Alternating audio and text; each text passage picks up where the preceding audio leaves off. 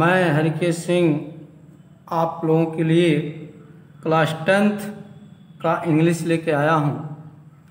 इसमें हम लोग सप्लीमेंट्री रीडर का दूसरा lesson the judgement seat of Vikramaditya पढ़ेंगे। The judgement seat of Vikramaditya का अर्थ होता है विक्रमादित्य का न्याय सिंहासन, जिसको लिखी हैं सिस्टर निवेदिता ने। आइए थोड़ा सा हम लोग पाठ की चर्चा कर लें अबाउट द लेसन। पाठ की चर्चा करने से जो पाठ होता है, लेसन होता है, वो इजी हो जाता है। King Vikramaditya was justice and learn king. कह रहा है राजा विक्रमादित्य न्यायप्रिय और विद्वान राजा थे। His places and fortress were ruined. उनके महल तथा किले बर्बाद हो गए। But what happens to his judgement seat. कह रहा है but what happens to his judgement seat, परंतु उनके न्याय सिंहासन के साथ क्या हुआ। Read this story deeply. अब न्याय सिंहासन का क्या होता है उसके विषय में आप डीपली अध्ययन करेंगे इस पाठ में। तो आइए मैं सीधे आपको पाठ पर लेके चलता हूँ। We are all familiar with the name of Vikramaditya. कह रहा है वी हम आर ऑल सभी हम लोग फेमिलियर परिचित हैं with the name of Vikramaditya Vikramaditya के नाम से, यानी हम सब विक्रमादित्य के नाम से परिचित हैं। His reign has been a landmark in the history of our country. कह रहा है हिज रेन उनका जो शासन था हैज बीन हो चुका है। ए लैंडमार्क, लैंडमार्क मीन्स होता है सीमा चिन्ह। इन द हिस्ट्री, हिस्ट्री का मतलब इतिहास ऑफ आवर कंट्री, हमारे देश, यानी हमारे देश के इतिहास में उनके शासन का जो स्थान है वह एक महत्वपूर्ण स्थान रखता है। इसको हम कह सकते हैं द विक्रम संवत ओज इट्स ओरिजिन टू हिम। कह रही है लेखिका कि द विक्रम संवत, विक्रम जो संवत चलता है ओज ऋणी है, इट्स ओरिजिन इसके उद्भव का, यानी इसके उत्पत्ति का, टू हिम उनके द्वारा विक्रम संवत की उत्पत्ति होती है। तो विक्रम संवत ऋणी है, या कह लीजिए कि हम लोग ऋणी हैं विक्रमादित्य के।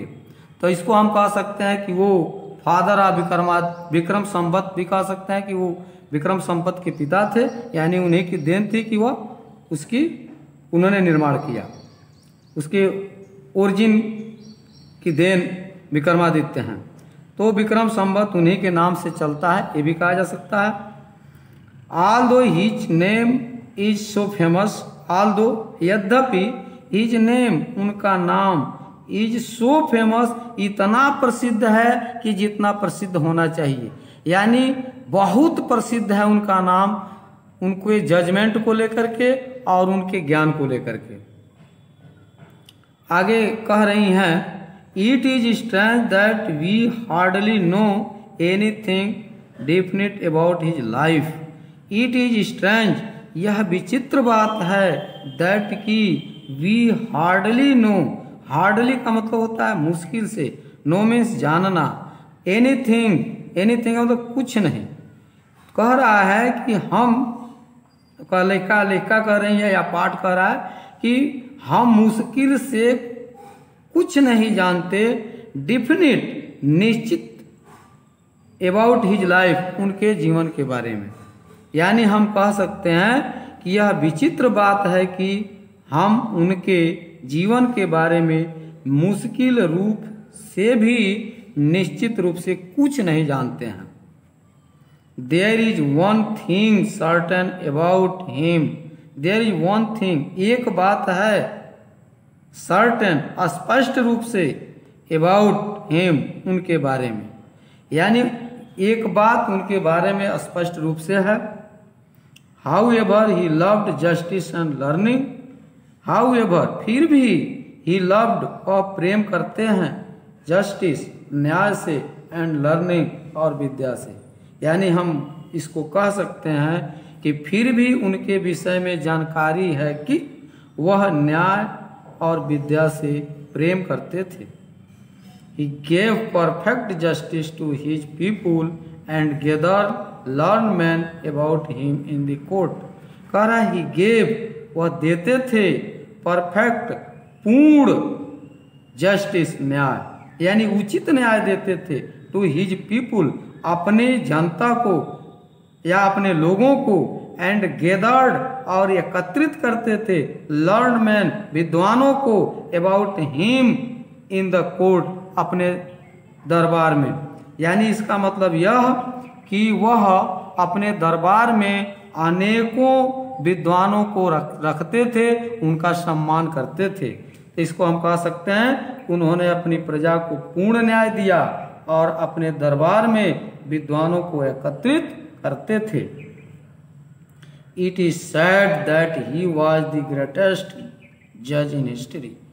इट इज सैड, यह कहा जाता है दैट कि ही वॉज द ग्रेटेस्ट, वह महानतम थे। जज क्या थे? तो जज थे, न्यायाधीश थे इन हिस्ट्री, इतिहास में। यह कहा जाता है कि इतिहास में महानतम न्यायाधीश थे वो। Vikramaditya was never deceived. Vikramaditya, deceived का मतलब होता है कि धोखा खाना, यानी विक्रमादित्य नेवर कभी नहीं धोखा खाए, यानी विक्रमादित्य को कभी धोखा नहीं दिया जा सका, यानी किसी के द्वारा धोखा नहीं दिया जा सका या वो कभी धोखा खाए ही नहीं न्याय के मामले में। Nor he ever punish the wrong man, और पाठ क्या कह रहा है कि नार नहीं ही एवर कभी पनिश, उन्होंने दंड दिया द रॉन्ग मैन, निर्दोष व्यक्ति को, यानी उन्होंने कभी भी किसी निर्दोष व्यक्ति को दंड नहीं दिए। जब भी उन्होंने दंड दिया तो दोषियों को दंड दिए, निर्दोष व्यक्ति को वो अपने लाइफ में कभी किसी निर्दोष व्यक्ति को दंड नहीं दिए। He guilty trembled when they came before him। कह रहा है द गिल्टी का मतलब होता है अपराधी, ट्रेम्बल्ड कांपते थे, when जब दे कैम वे आते थे, बिफोर हिम उनके सामने, यानी अपराधी कांपते थे जब वे उनके सामने आते थे। For they knew that his eyes would look straight into their guilt.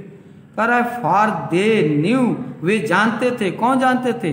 तो अपराधी जानते थे दैट की हिज आईज, उनकी आंखें, वुड लुक देख लेंगी, स्ट्रेट सीधे, इनटू देयर गिल्ट उनके अपराध को, यानी अपराधी समझते थे कि विक्रमादित्य की आंखें उनके अपराध को देख लेंगी, सीधी देख लेंगी। इसको हम कह सकते हैं क्योंकि वे जानते थे कि उनकी आंखें अपराध को एकदम स्पष्ट रूप से देख लेंगी।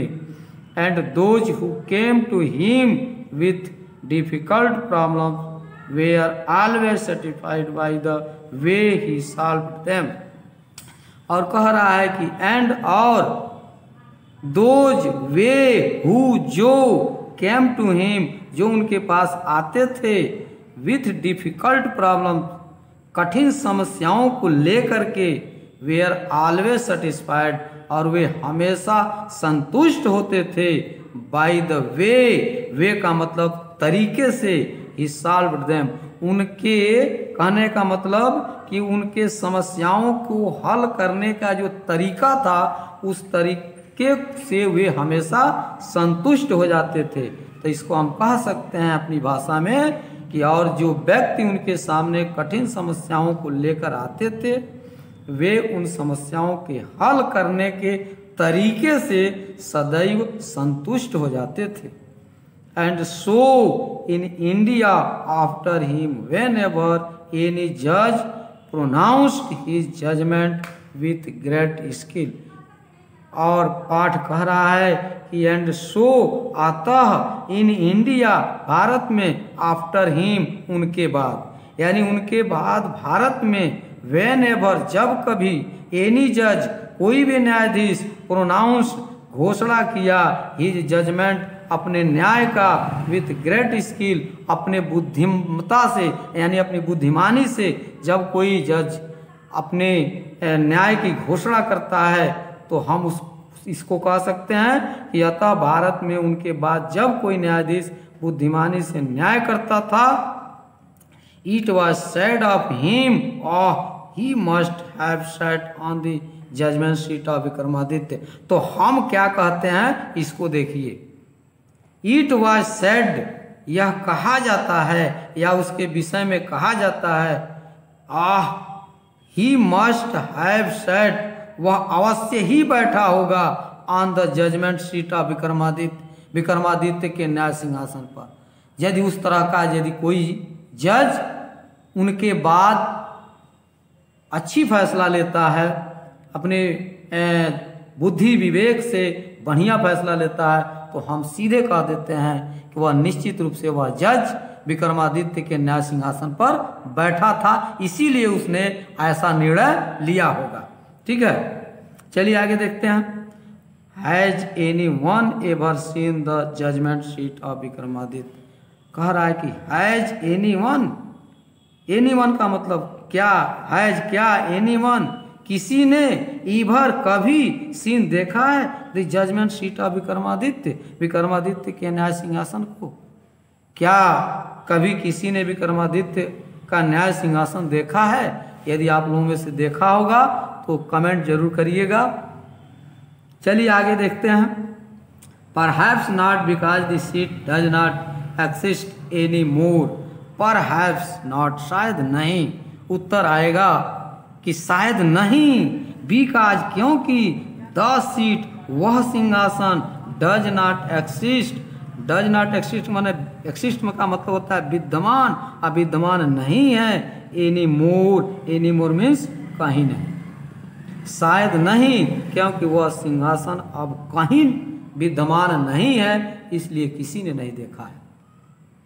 आई am going to tell you how it disappeared.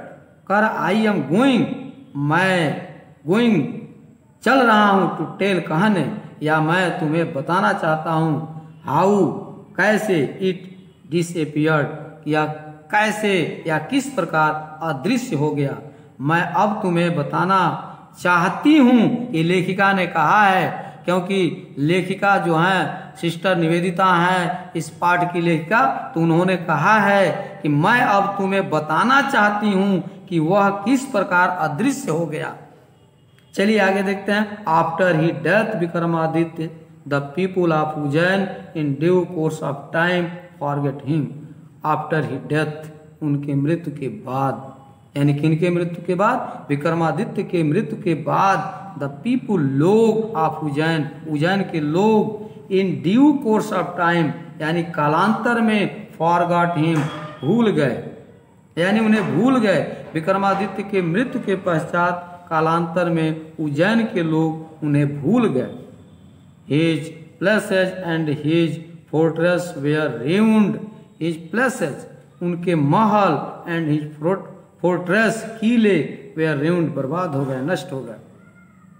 यानी उनके मरने के बाद किले और उनके जो महल थे वे बर्बाद हो गए। द हीप्ड ऑफ ruins, और बर्बाद हो जाता है तो क्या हो जाता है कि वह खंडहरों का ढेर हो गया। यानी द हीप्ड ऑफ ruins, जो ruins हुआ, बर्बाद हुआ था, वह खंडहरों में बदल गया, यानी उनका महल और किले खंडहर में चेंज हो गए, बदल गए। Having been covered with grass, dust and trees, were turned into a pasture for feeding the cattle. कह रहा है कि having been covered, वे ढक गए, with grass, घास से, dust, धूल धक्कड़ से, and trees, पेड़ पौधों से, were turned, और वे परिवर्तित हो गए, into a pasture, चरगाह में, for feeding, के लिए, the cattle, यानी चरगाह बदल गए और पशुओं के चरने के लायक हो गए, यानी चरगाह जो हुए वे पशुओं के चरने के लायक हो गए। तो इसको कह सकते हैं कि घास, धूल तथा वृक्षों से ढक जाने पर वे खंडहर पशुओं के चरने के लिए चरगाह बन गए। आगे देखिए। The people use to send their cows out to these pasture to graze. कह रहा है कि द विलेज पीपुल, गांव के लोग यूज टू सेंड, भेजा करते थे, देयर काउज, अपनी गायों को, आउट ऑफ दीज, पास्चर का मतलब वही अभी बताया गया है कि चारागाह, टू ग्रेज, चरने के लिए, यानी चारागाह में चरने के लिए क्या करते थे, अपनी गायों को भेजा करते थे। यानी ग्रामीण अपनी गायों को चरने के लिए इन चारागाहों में भेज दिया करते थे। Early in the morning the cattle would go in the care of shepherd boys. कहला अर्ली इन द मॉर्निंग, प्रातः काल या सुबह में, द कैटिल, पशु, वुड गो, जाते थे, in the care of shepherd boys. Shepherd boys means चरवाहे लड़कों के, केयर मीन्स देख रेख में, यानी प्रातःकाल पशु चरवाहे लड़कों की देख रेख में जाया करते थे। And would not return till late in the evening, और कह रहा है एंड वुड नॉट रिटर्न, और वे लौटते थे, टिल, तब तक, यानी वे नहीं लौटते थे, नॉट रिटर्न है, वे नहीं लौटते थे, टिल, तब तक, late in the evening. Late in the evening का मतलब कि देर शाम तक, यानी इसको कह सकते हैं कि जब तक शाम नहीं हो जाती थी तब तक वे वहां से नहीं लौटते थे, यानी इंतजार करते थे, प्रतीक्षा करते थे कि शाम हो जाए और तब वे वहां से लौटते थे। तो इसको कह सकते हैं कि और शाम को देर से लौटते थे। When it was time to return, a shepherd boy would out from the edge of the pasture. When, जब, it was time to return, यानी वापस लौटने का समय होता था, तब की बात, ए शेफर्ड बॉय, एक चरवाहा लड़का, would out from the edge, एक कोने पर चला जाता था, ऑफ द पास्चर मीन्स चारागाह के एक कोने पर खड़ा हो जाता था और आवाज लगाता था। यानी जब उनके वापस आने का समय होता था तब एक चरवाहा लड़का चारागाह के कोने से आवाज देता था। And all the कैटिल along with their cow herds would gather round him, और कह रहा है कि एंड ऑल द कैटल, और सभी पशु, along with their cow, अपने चरवाहों के साथ, would gather, इकट्ठा हो जाते थे, round him, उसके चारों ओर, यानी और सभी पशु अपने चरवाहों के साथ एकत्रित हो जाते थे। And together they would turn home words, और कह रहा है कि एंड टुगेदर, वे साथ साथ, टर्न, वापस आते थे, यानी घरों को, होम वर्ड्स, घरों को चल देते थे, यानी एकत्रित होने के बाद से वे अपने घरों को चल देते थे। मैं चाहूँगा कि इस चैनल को आप अधिक से अधिक सब्सक्राइब करें। चलिए इसमें थोड़ा सा चेंजिंग किया जा रहा है। जैसे अब तक जो आपने यहाँ वीडियो में जितने भी स्टैंजा को पढ़ा, उनमें से एक क्वेश्चन मैं आपको दे रहा हूँ, short and answer type question, जो 25 वर्ड्स में लिखा जाता है। इसमें से आपको 3 क्वेश्चन पेपर में देगा, जिसमें से 2 क्वेश्चन आपको हल करने होंगे। एक क्वेश्चन 2 नंबर का होगा, तो इसको हम 2 × 2 4 कह सकते हैं कि 4 अंक का हो जाएगा 2 क्वेश्चन। तो ध्यान रहे कि 3 क्वेश्चन में से 2 ही क्वेश्चन आपको हल करने हैं। तो एक क्वेश्चन मैं आपको दे रहा हूं और इतना इजी करके दूंगा ताकि आपके समझ में आ जाए। क्वेश्चन कभी भी याद करने की ज़रूरत नहीं होती है। यदि आप एक बार अपने माइंड में कंसंट्रेट कर लें कि हमको आंसर देना कैसे है, तो बस आप अपने हिसाब से टेंस वगैरह हल्का फुल्का जानते हैं, कन्वर्ट करके अपने लैंग्वेज में लिख सकते हैं। तो ये कई टाइप के क्वेश्चन होते हैं। जैसे क्वेश्चन होता है हु करके पूछ दे, व्हाट करके पूछ दे, व्हेन करके पूछ दे और व्हाई करके पूछ दे। ज़्यादातर से ऐसे ही क्वेश्चन आते हैं, हु, व्हाट, व्हेन और व्हाई। ठीक है, तो ये क्वेश्चन मैं व्हाई पर दे रहा हूँ आपको। चलिए देखिए, कह रहा है, एक क्वेश्चन है, why did the guilty tremble when they came before Vikramaditya.